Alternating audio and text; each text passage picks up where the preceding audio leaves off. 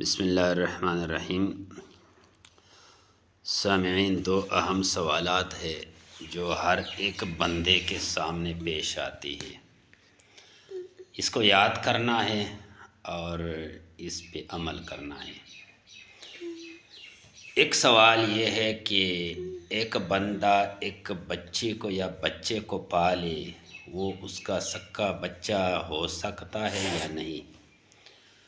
اس کے لیے ضروری ہے کہ وہ بچہ 2 سال سے کم ہو تو اس کو اپنی بیوی کی دودھ پلائے، پھر وہ بچہ ہو سکتا ہے۔